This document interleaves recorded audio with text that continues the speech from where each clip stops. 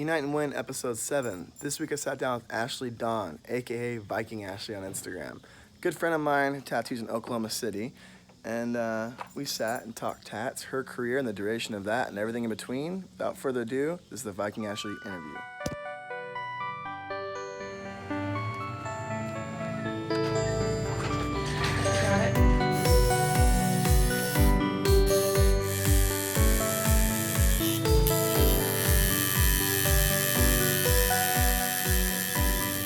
I'm stoked. Thank you so much. Yeah.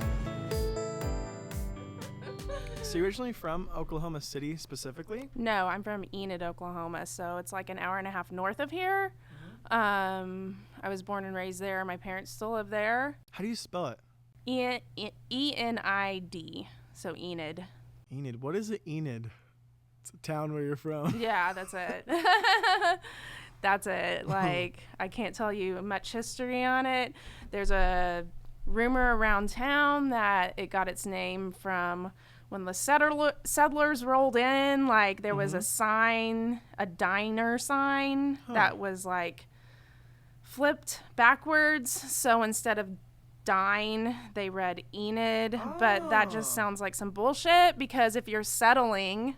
Why would there be a diner? Why would it be in like English and say dine? Yeah, so I'm gonna call bullshit on that. Yeah, I don't know. Enid is just where I was born and raised, and my parents still live there. I go there 2 or 3 times a year, if that. Right. So was like Oklahoma City kind of like the big city, like getting out yeah. of town? Oh, Oklahoma City. I still call Oklahoma City the city. Like, and sometimes people will catch me, like, people that don't know, like, the city, what city are you talking about? I'm like, the city. The city, dude. Oklahoma City. Yeah. So, yeah, when we lived in Enid, Oklahoma City was the city. Right. So now I live in the big city.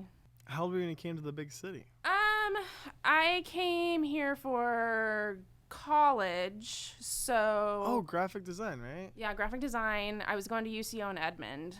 So I originally moved to Edmond, which is like 20, 30 minutes from here. And I don't know. I lived in Edmond for 6 months. Okay. But yeah, that's what brought me to the city. Yeah. Was graduating high school and going to college, because that was the right thing to do. Right. I regret going to college, but you know, like, I don't know. I wouldn't be here probably, you know, without college. So you're always like kind of doing stuff with art? What were you doing in high school with art? I mean, I took a lot of art classes. My mom was really artistic. So even outside of school, I was involved in like art, and encouraged to do art. So, But was tattooing a thing that was like, ooh, yeah, like maybe one day or...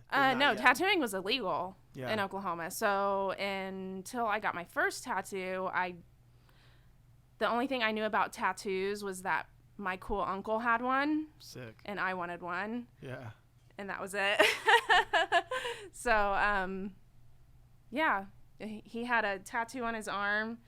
It was a cloud with an arm coming out holding a lightning bolt. It was supposed to be like a Zeus influence. Sounds like a Pat Marnick design or something. Yeah, it was totally like that 80s That's biker. sick, Yeah, it was cool. It was cool.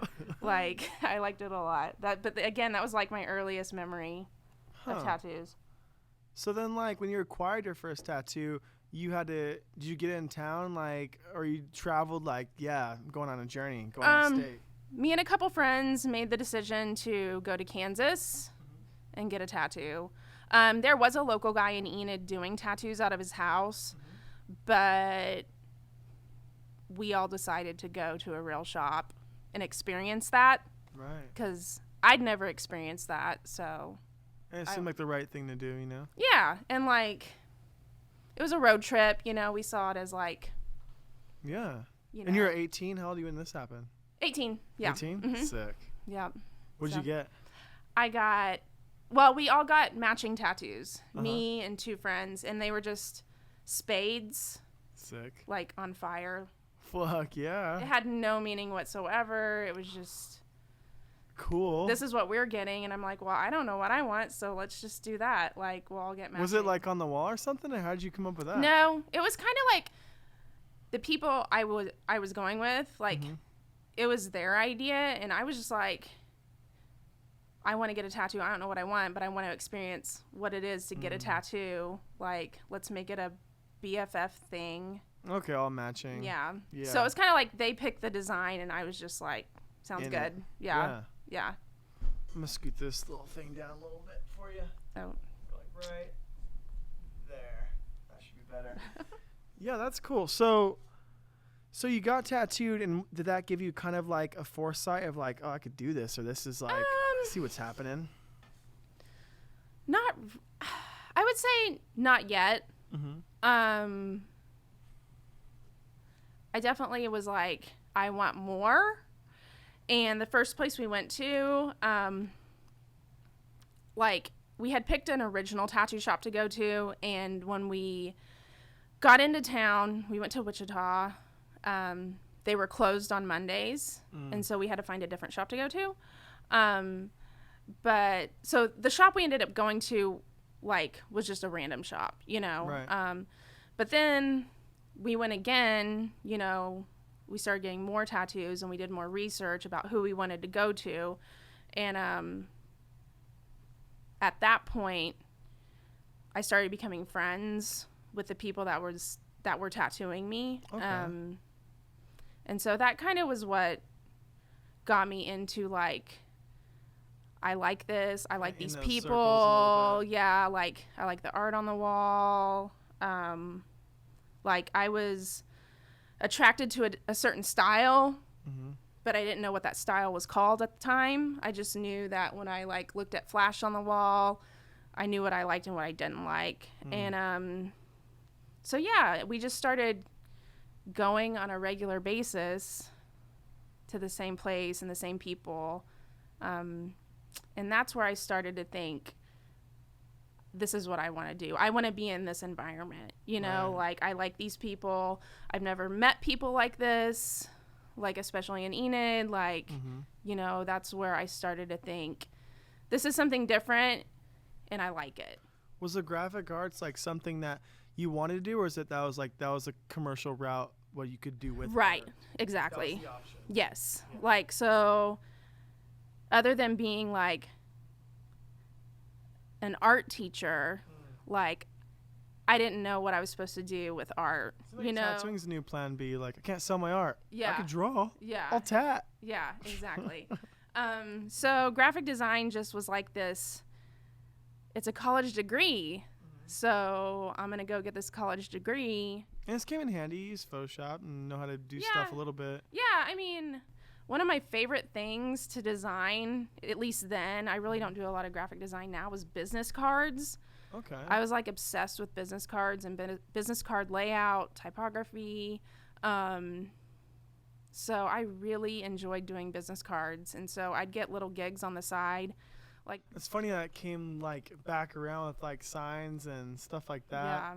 yeah. That's crazy. And then I, you know, like, I had a lot of friends in bands, and I would design their little buttons, you know, and, like, I had the button machine. Yeah, sick. Yeah, my right arm was really ripped, you know. I always want to buy those things. I remember like when I was like 17 or 18, a friend saved up like $100-something or something like that and got them, and it was like, whoa, it's so much money. I can't believe, you know, it's Yeah. crazy. Yeah, I still have mine. That's sick. Yeah. And do you just print out anything and then you just like stamp it on? Yeah, I mean, How's it get the plastic over it and stuff? there's a plastic sleeve. Oh. So it's like, But it's not a heat thing, it's just a pressure thing? nope, it's just pressure. Huh. Like, we can pull it out later. Oh, sick.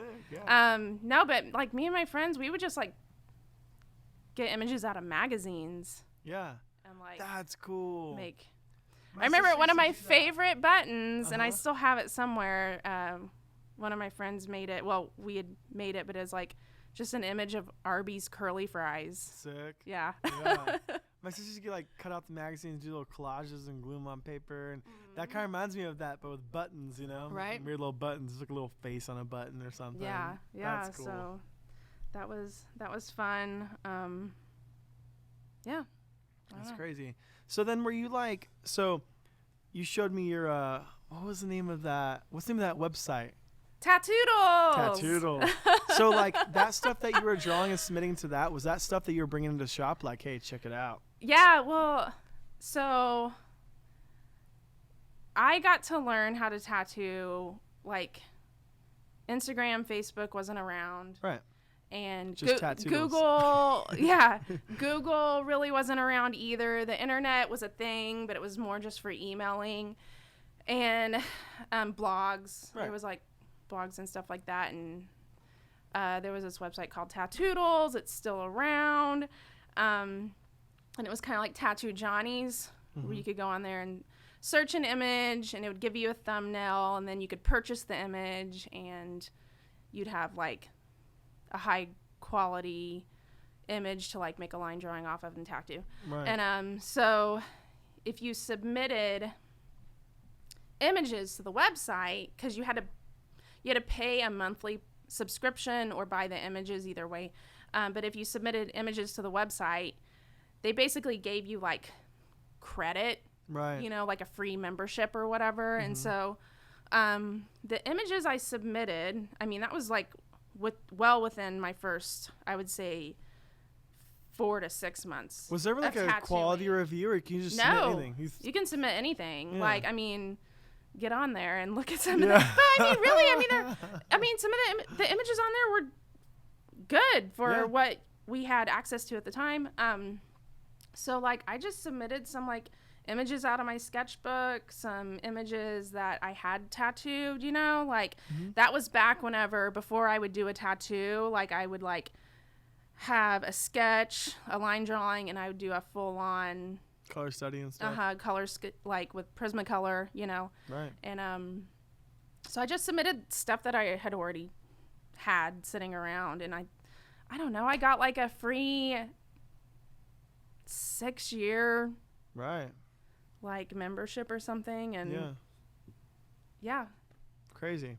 so So with Oklahoma being illegal, and you're going out to like Wichita to get tattooed, and then is it 2008 when Oklahoma passes it's like 2007. 2007, and that's gotta be a weird time. Like everyone's beginning tattooing, but there's also people coming here to be like the people that tattoo here. The forefathers. And and it's like the kind of this trailblazers. Yeah, it's kind of this new thing that's not so new, but so new here. Like, and things weren't really worked out. And I know there was an apprenticeship program and things like that, and you kind of swooped in a little bit before that was like formulated and happening. Right. How did that like work out?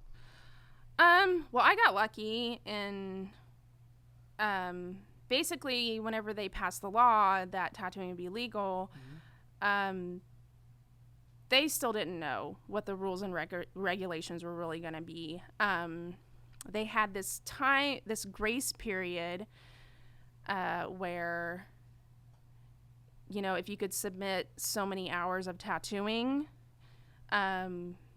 they would allow you to apply for your license. Outside of that grace period, you were considered an apprentice. And the apprentice program was like a 2-year long process.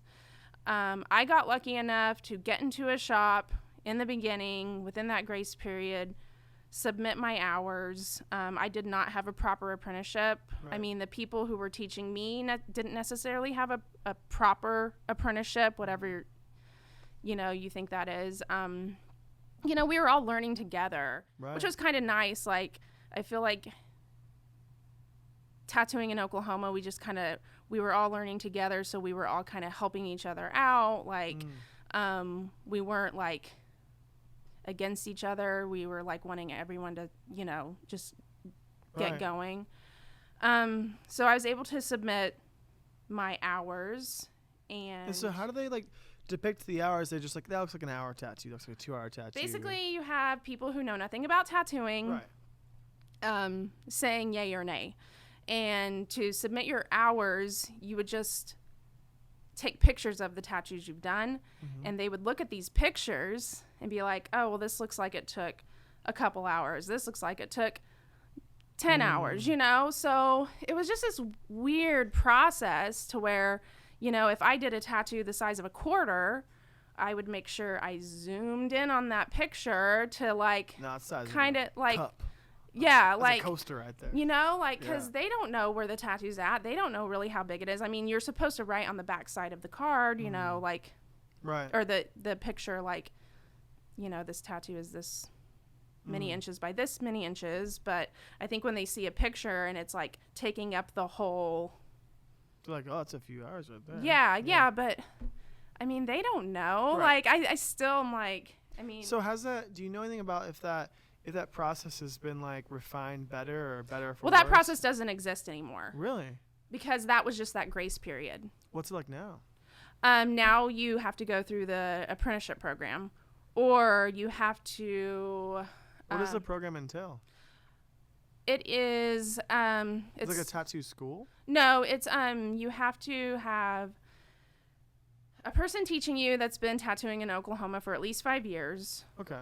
So it was kind of nice the first 5 years Mm-hmm. of tattooing in Oklahoma, there really weren't any apprentices because there couldn't be. Right. So you've got your teacher. They've got to build a syllabus, like just on paper, basically just letting the health department know this is what you're going to be doing your first month. This is what you're going to be learning around this time frame. But they still kind of let the shop dictate like how the apprenticeship goes. Like Yeah. it's not like it's regulated to it has to be this way or Right, another. right. So, kinda cool, I guess. and I believe I haven't like looked at the rules lately, but I believe they're still like this. The first year, your apprentice isn't like supposed to tattoo anyone. They're just supposed to be learning under you. Right. And then after the first year, under your supervision, they can do tattoos, but I don't think they can charge, you know, like it's kind of like a tip basis, or, you know, if the shop wants to throw you some money. Right. So I didn't have to go through that 2-year process, which was nice. Yeah, so yeah. I mean, it's like I don't know, it's weird. I mean, It's different everywhere, though. it's different everywhere. Never You know, gets it's weird necessarily everywhere. Yeah, I mean, like, you know, somebody could just be signing off, yes, they're doing this for Totally. 2 years, There's and always a way then around. you can go, like, Right. get your license. But yeah, like, I The don't whole know. thing is weird, like getting permission or paying like dues to someone that doesn't know what you're doing, you know? And Right. I don't know. It doesn't really belong to anyone anyways. Tattooing is so strange. Like I remember when I started tattooing and when I got through my apprenticeship, like I thought that was the way. There's a right and there's a wrong, right? And so that must be the right. And everything else must be the wrong. And I go everywhere else, and the rights and wrongs shift slightly different places. And I go to places that are a bit more what I would consider professional or unprofessional, and things that would not fly where I'm from or would fly there. And I don't know. That scale is so skewed and confused. And I think that although tattooing is very old, like, you know, it's also like very new, and with it being regulated and whatnot. Right. And I don't know if there is a right way, because on one end I'm like fuck the law, you know, I'm not gonna pay the city this, that, whatever, where I'm traveling through here or there. Like why am I gonna be bribed by them? What are they doing for me, you know? Right. But on the other end, it's like, do I really think that there should be no regulation? Like that's not the answer either, you know? And yeah. and I think it's a tricky one. I think that they're trying to figure it out, you know. But I don't know. I kind of feel I don't feel like that optimistic about it, you know, especially in California specifically. Like, just like even outside of the regulation of it, just the zoning in certain cities, like, you know, you can't even open a shop in Burbank at all, you know, and it's like, and for what reason? Like, it's 2019, tattooing's legal. Why Yeah. can't you open a business legally? Like, Yeah. you know, isn't it you have certain freedoms and liberties, and you should be able to mark your body. Like, why can't grown-ups open shops? Or like in Riverside, you know, like you have to be certain distances away from like schools or churches or, you know, like bars. And it's like, Yeah. why? Like, what the fuck? Like, Yeah. and it's just, it's so silly and so confusing that I like kind of don't pay any of it any mind, and it all kind of seems irrelevant and I don't know. It kind of just upsets me. You know what I mean? It makes Yeah. me like mad at all of it. Yeah. I don't know what's the right way they should do it either, though. Well, and I feel like with social media and YouTube, I mean, you can learn how to tattoo on YouTube. I know someone who he does great tattoos, and he just learned off of YouTube. And with social media as well, I feel like even if you're in a situation where like it's illegal, you can still make it, you know, like you can still get business. Like, I don't know. I think I was talking about this with my friend Tino, and it's like, you know, I like the idea of an apprenticeship just because the aspect of like, I like the idea of like it kind of being worked towards and earned. And I feel like the career kind of goes to the person that like, that not only wanted it, but they were like not a wanter, they were a doer. They went and did that to get that, you know? But I also found that like, you know, not everyone gets in it the same way. And I think what makes the difference between someone that's in it now or was or were no longer here or there is like the doers. There's so many things in the way and reasons why you should have stopped tattooing so many fucking times, and so many bad tattoos, and so many things of why many of us should have quit. But the people that are around doing it are the ones that didn't stop, you know? And I don't know if that's a good thing or a bad thing, but that's definitely like a tattoo thing, you know? Yeah. And I think that, you know, there was an era where you had to learn how to make needles because you needed them to tattoo and things like that. And we look back at those things, and that wasn't our era, you know? And then there was, you know, this, then, you know, now it was like, when I was learning, you know, it was still hard to get equipment, you know, like you could kind of get equipment, but it was garbage. And getting good equipment, like good supply companies would not sell to you unless you were going to a shop address, no matter what. Right. You know what I mean? Right. And now that's not so much the case, you know. And anything on Amazon. It's everywhere, you know. And I think, I guess I want, like, I guess the lineage of apprenticeships to kind of stay around, and maybe that's because I just had to go through it myself. But I don't think they are going to stay around, because I think that information is too readily available, and there's less things you can hold over your apprentice's head. You know what I mean? And I think that we're getting to a time too now where it's like, as a tattooer, you know, I think the shops had a lot of power, and it was like, you know, like any other job, you go in for a job and you're like, you know, like, this is why you should hire me. This is what I can do for you. Now there's too many tattooers. Yeah. Now it's like they're taking pics at the shops and like, well, what can you do for me? Yeah. And now there's tattooers that outgrow those businesses and don't need the business. They don't need a walk-in traffic shop. They don't need, and that's like a first time ever. You had to be like an Ed Hardy to have a private studio. Now you just have to have followers online to do it, you know? Yeah. And so I think that there will still people that go through apprenticeships, but I think that in our time in tattooing, we're going to see like the right from wrong kind of blurred, and I think information is just going to be available. Yeah.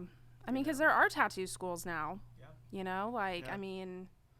And especially like, you know, like the equipment now too, getting so plug and play, you know what I mean? And cheap and like, and just pumped out and like plasticky. It's just like, you could just, it's there, you know? Yeah, totally. But tattooing, like who are we to say like who can have it or not? It's always been there. Yeah. You know what I mean? And it's like, even anyone could pick up a needle and poke themselves some ink in their arm, and that could stay there, or they could go elsewhere. I mean, I think I don't know.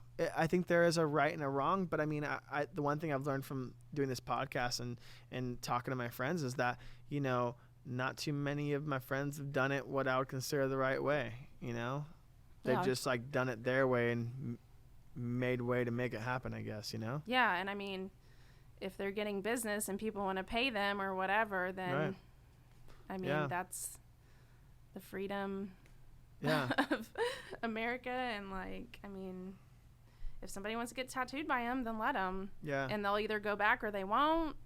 Like, I mean, I have a really strong regular clientele. And I think that has a lot to do with me starting in the beginning of legalization in Oklahoma, because, you know, I did a lot of people's first legal tattoos or just first tattoos in general, and, you know, people are very dedicated here, like in Oklahoma.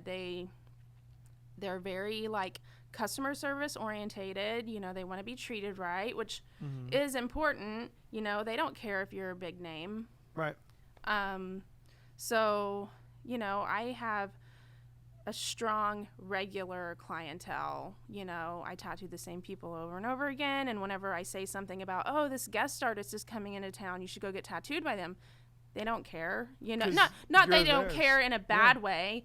They just are dedicated. Yeah. Like, so yeah, I'm grateful for that, but I feel like that's something, if I could go back with my tattoos, I wish I would have collected more, you know, from different artists. But that's hard when you're like new to getting tattooed. Yeah, you're excited exactly. and you I guess I didn't feel that way until I started traveling and meeting other artists. But that's another thing. You never knew that was a possibility, yeah, right? That's true. Like, I never thought I'd be hanging out in Oklahoma right now and tattooing. Like, I never thought I'd tattoo outside of Corona or Riverside. And I didn't really know any tattooers outside of that. And I never, like, the world was, like, really small. You know what I mean? Or it was really big, and I was really small. I'm definitely a big fish in a small pond. Yeah. Like, out here, which I'm fine with. Like, you know, I like it out here. I like my clientele. Like, it seems like a sense of community. Like, it seems like everyone says hi to each other, and like even like, you know, was it Marcus who met at the Whole Foods? Yeah, and like stopped and said hi, and like I feel like in California, I don't know if it's competitive or just people are staying in their own lane, but I don't really see like that happening. I feel like it's like more neighborly out here. Totally. And I don't know if it's still new out here, but there's not a lot of just random beef. Right. Like, there's no major drama between tattoo shops. And, you know, I am so comfortable. Like, our shop is comfortable with, like, referring you to someone else at a totally different shop. Like, we don't want to, like, get your money if we know that we can't get you in, but there's someone else out there that can, and they would do a better job with what you're wanting. You know, like, we refer to other shops all the time. Yeah. You know, and like just today, actually, I got a text from another tattoo artist thanking me, you know, for referring someone to them. And I was like, that's a nice gesture. That's just Southern hospitality, you know, like. Yeah, I think that kind of like, I experienced some of that when I was like learning to tattoo, but I think when social media became like what it is, I think that kind of went out the window a little bit, because that's how I was actually kind of surviving when I was a piercer, is that this shop Zombie was like sending the piercings over to me, between me and another piercer, and that was like the primary like business I had. Yeah. And then even little things like us sending this work to this person that does Japanese stuff really good, and them sending this to us.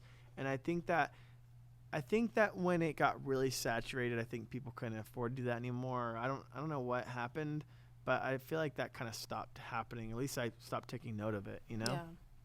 I don't know. Something changed. Yeah.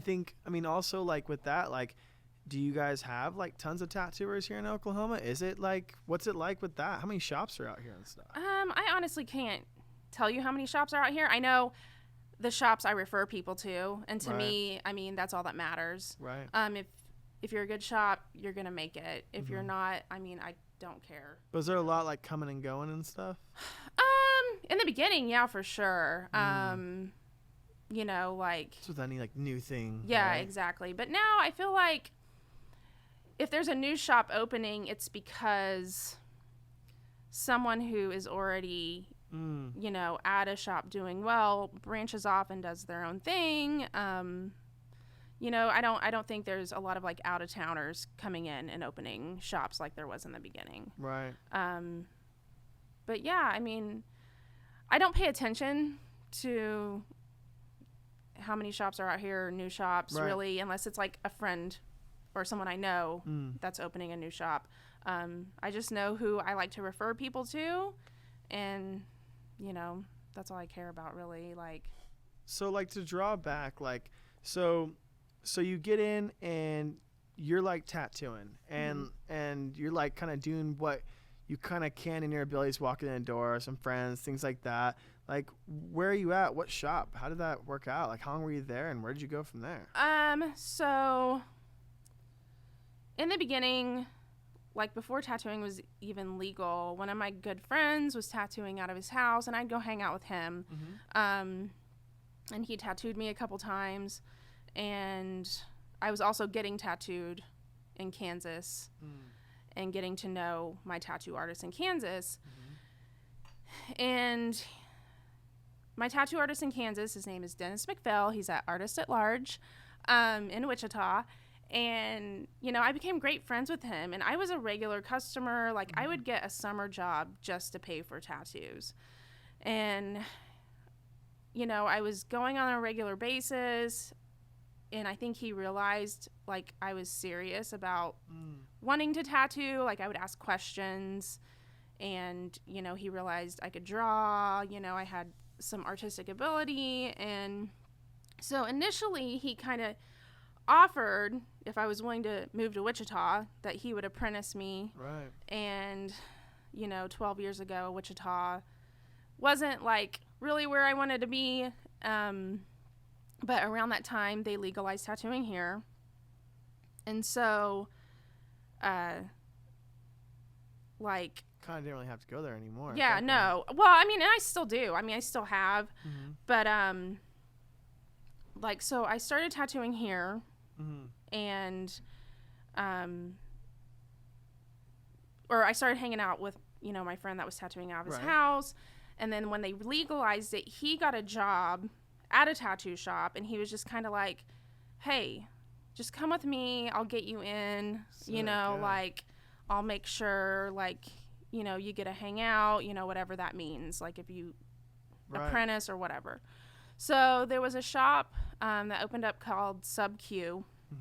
And I was basically the apprentice, and then there was the owner, and then there was 3 other guys. And we were there for about a year. And me and 3 of the guys, and this is, I had gotten my license at that shop as well, and I was tattooing. So me and 3 of the guys, because the owner was starting to get kind of nitpicky on us working a specific schedule. Okay. And a tattooer doesn't want to be told what to do. You got into tattooing so you didn't have to. Yeah, you get into it because you want to kind of be your own boss, do your own thing, you know. Yeah. So when he started, like, handing out schedules to us, expecting somebody to be here to open, to close, you get an hour break, we kind of just, like, decided we could do this somewhere else. Right. And so me and 3 other guys, Travis, Nate, and Derek, decided to open our own shop, which we did. And we're a co-op. You know, we're all equal ownership. And was that idea happening out here? Like, was that you guys were like? As far as I know, I don't know of any other shop in Oklahoma City that's ran as a co-op. Right. That's just as far as I know. So we've been at the same shop, the same people together for 11 years now. Wow. Yeah. So that's incredible. So I worked at one shop for a year. That's kind of like the dream situation to do something like that. Yeah. But you don't really hear it often, like, happening, you know? Yeah. I mean, they're like my brothers. Like, some days I want to, like, you know, rip them apart. And then, like, some days, like, it's great. Like, you know, it's definitely a family vibe. Like, we get on each other's nerves, but we know we have it good, and we know we work well together. So, I mean, 11 years of the same people working together is, like, unheard of in the tattoo community, you know? And, like... Because co-op. Yeah, I mean, that's true. I mean, I don't know. I don't want to be their boss. Right. And, you know, I wouldn't want them to tell me what to do. So I think it's just like we all have this like we just work well together. Like, so even when we're not, like, getting along, like, it works. So what was, like, that Plaza District area like back when you guys opened? That's where it was rough. At, right? Yes, it was rough.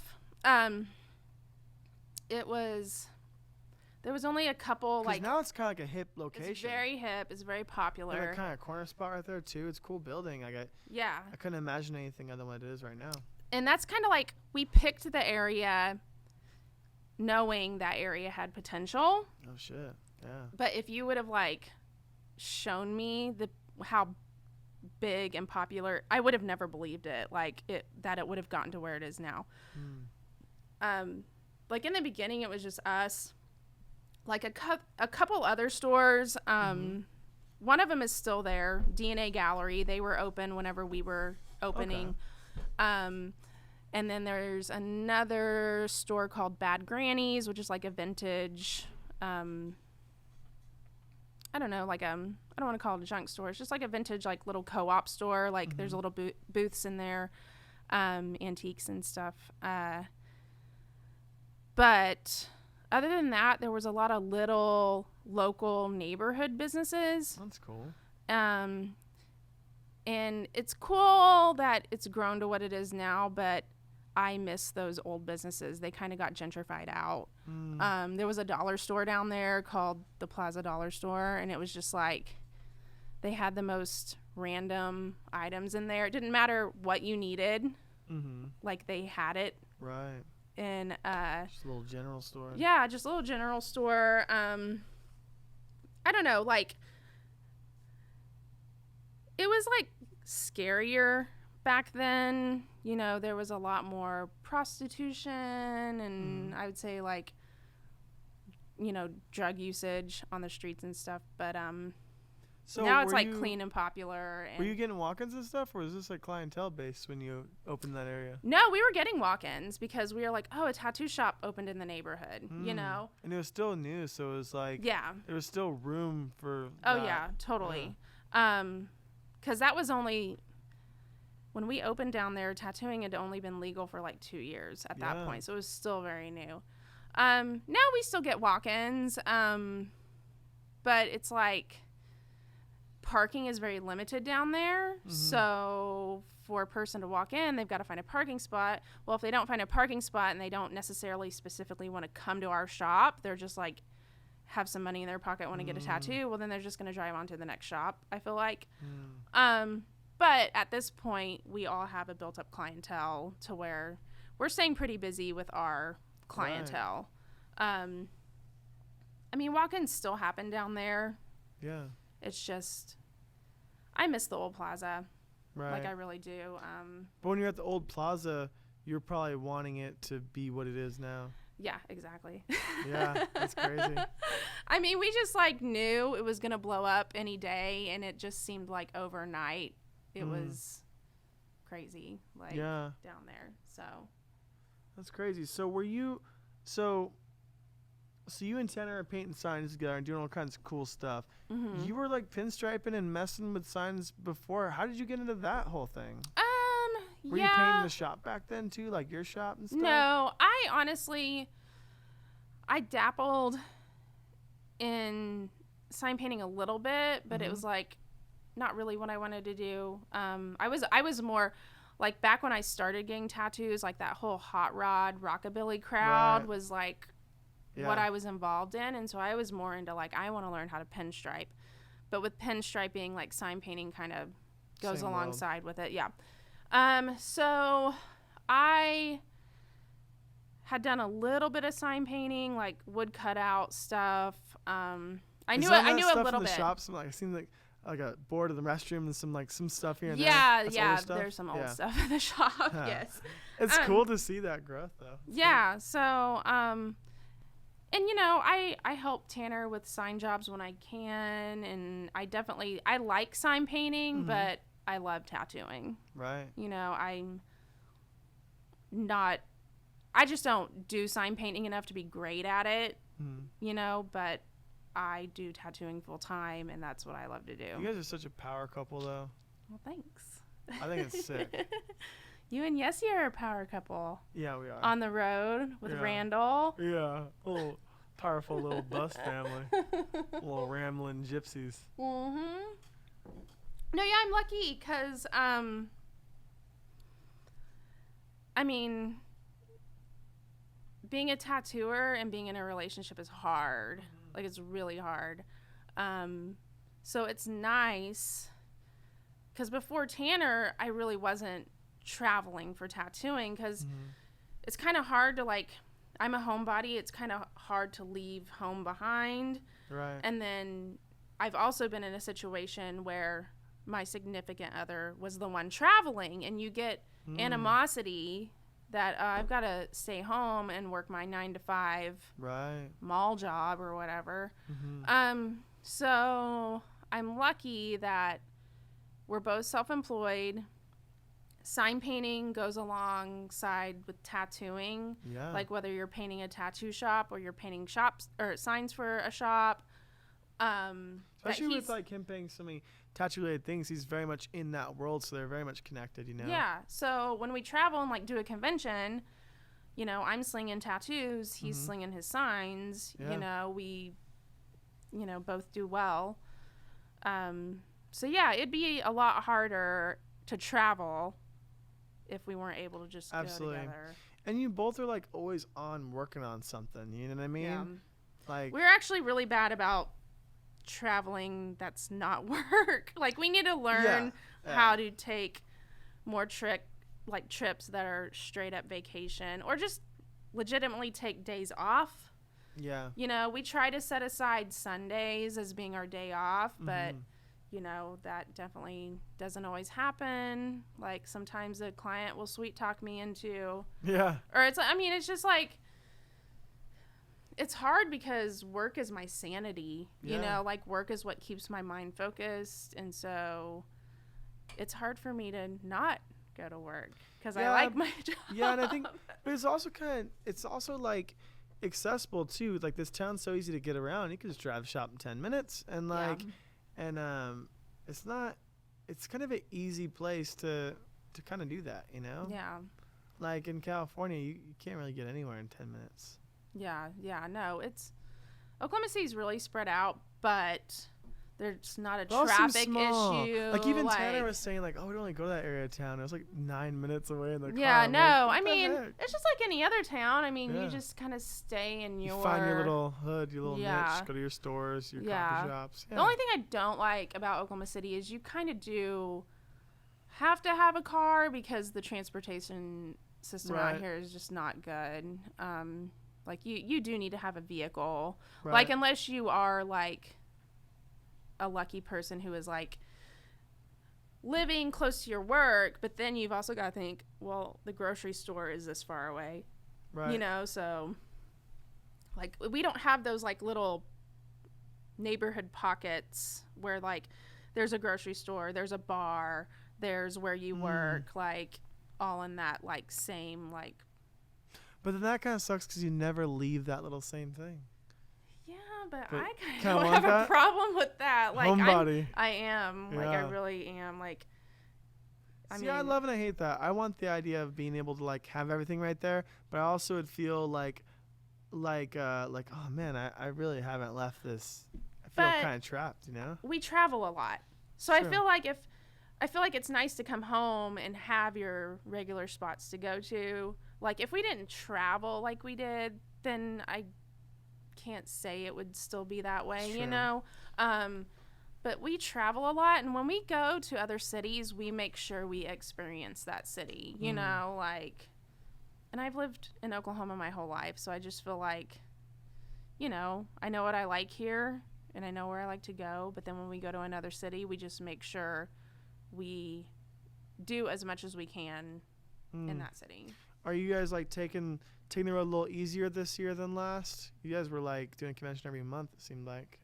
You guys seemed like you were doing the whole circuit. I was like, oh yeah, no. Probably doing that one too. Yeah, last year we did 6 conventions, and it sucked because they were like within the first 6 months of the year. Wow. So it was like we were doing a convention once every month. Especially the signs, like constantly prepping for the next one, and then also doing jobs in between, and then so it's like for me, going to a convention is a lot easier because I just show up with my gear, and hope that somebody wants to get a tattoo.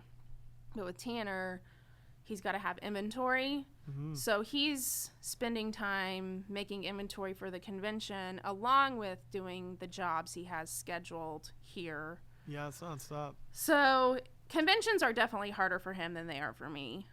So we did 6 last year, and we were like, we're never doing 6 again. Or at least not back to back. Yeah. Yeah. But at the beginning of the year is when Yeah, they all come tattooing at the is same booming time. because Yeah. tax season Yeah. and, summer. So this year, we're about to do Albuquerque, the New Mexico Tattoo Fiesta, which is our favorite convention. Oh, those we are do. separate? I thought the names were like the same because they're both New Mexico, so I assume they're the same show. What are you talking about?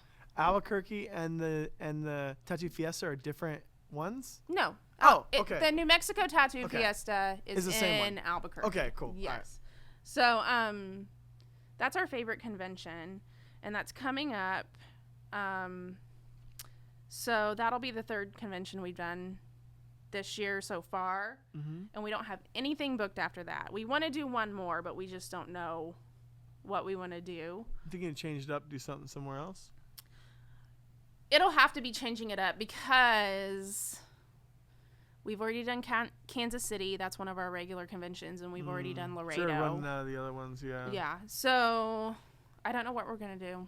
Hmm. I think there's a convention in St. Louis in November. We talked about that. I mean, maybe we won't do another convention and we'll take a vacation. So Right, yeah. maybe It's we'll just- borrow your all's bus Fuck yeah. when you're, when you get home. Yeah. You guys you guys can loop around Mm-hmm. and end up back in Oklahoma City. Hold down and this you can fort. live here Yeah. for the year that we travel. And we just alternate years. Fuck yeah. that'd be sick. Yeah, so Is there a season that you don't have tornadoes? Want that season. yeah, no, What season is that though? spring is whenever the tornadoes really happen. Spring, and then we've had a weird weather season this year. I didn't know tornadoes were real until last week. They're I thought they're like real, man. mythical. I was kind of hoping the weather would get gnarly while you guys were here, Fuck. just to Shake things up a bit. no, just so you could see, it gets crazy, but Yeah. I don't know, man, I saw They when definitely when I happen. was in Toronto, I saw rain, I think it was monsoon season or something like that. And it was sunny out. It's supposed to be rain today. And I was like, oh, it looks fine. It's sunny outside. And out of nowhere, I heard a loud rumbling noise, and there was fucking rain sideways on the Yeah. street. And everyone in that little neighborhood was there's all these little businesses shoes and stuff out for sale, out front, almost like yard sale, little vintage shops like that. They're just running, grabbing their stuff, bringing it in the storefronts, and then 10 minutes later, it's done, and they're moving stuff back out on Yeah. the sidewalk and back to normal. I'm like, what the fuck was that? Yeah. I'm like, oh yeah, that's this time of year, and I was like, I'm not used to any weather happening. I'm used to one season all year, Yeah. It's bizarre.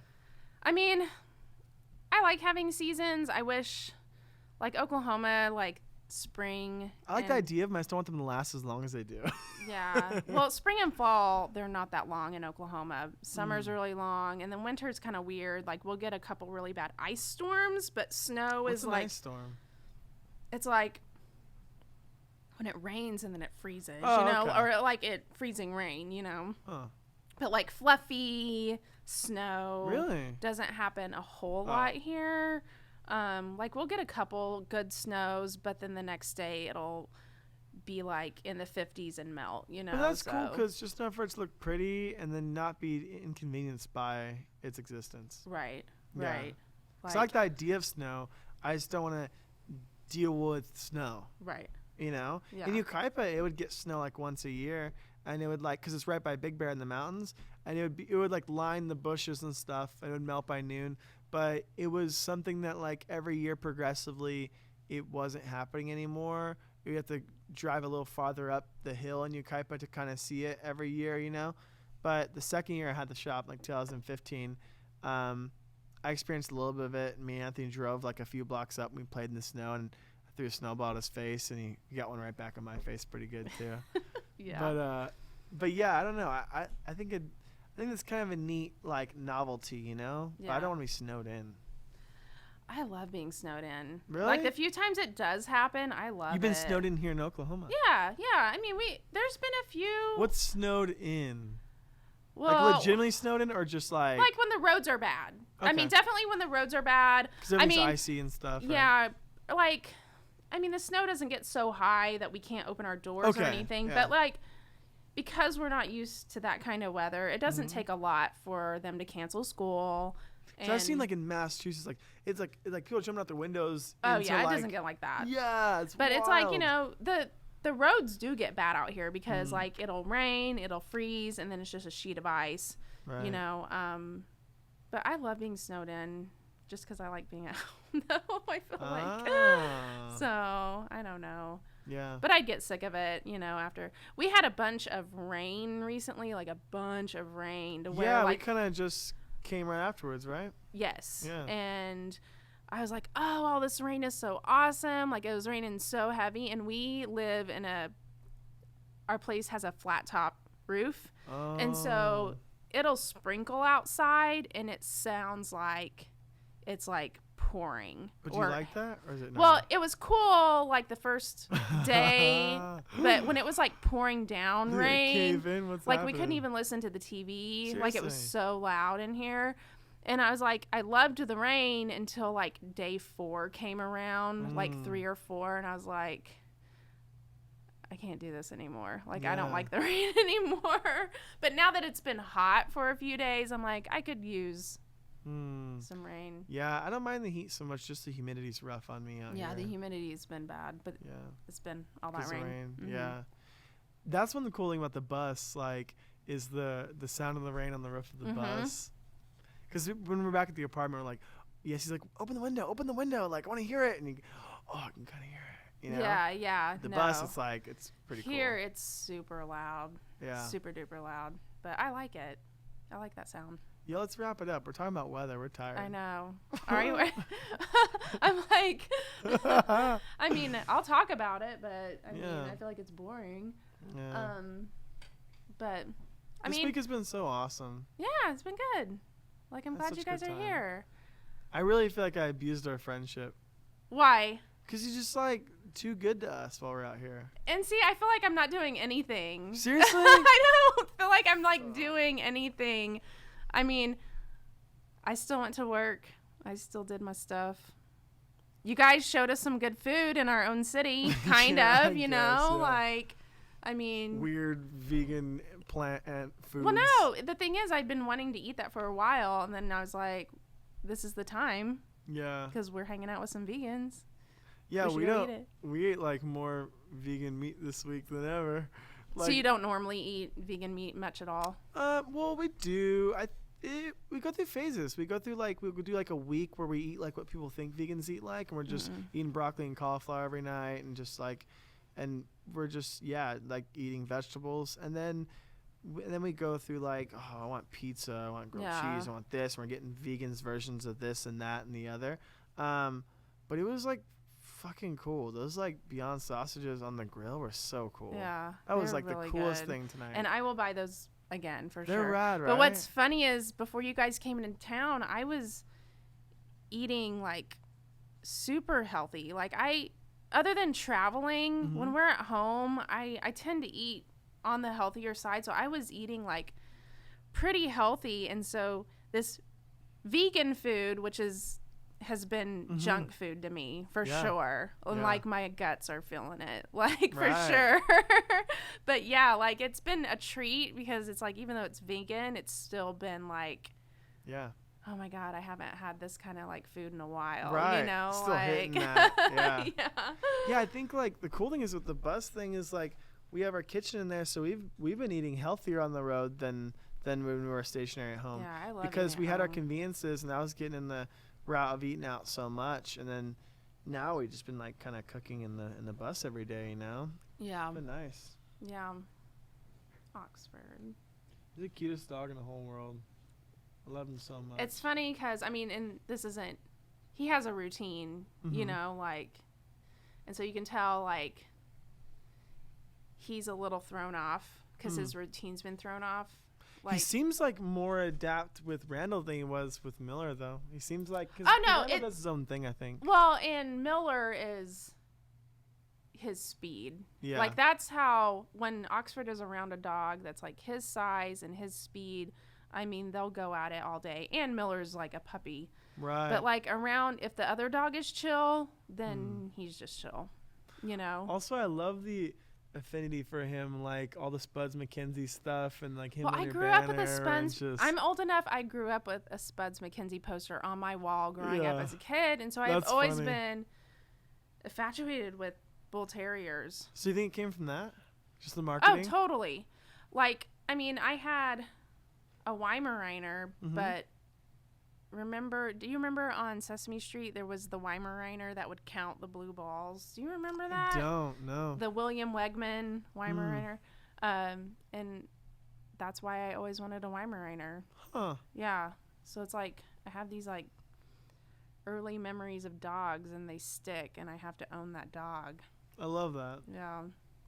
But I definitely bull terriers are my favorite. Yeah. Yeah. Thank you so much for like taking the time to do this. I know it was late and we've had a full day and a full Okay. week. No, yeah, it was good. Thanks for letting me tattoo you. Fuck. My first Bucky's tattoo. Picture right here. We'll end it with the Bucky's logo. Yeah. That was so cool.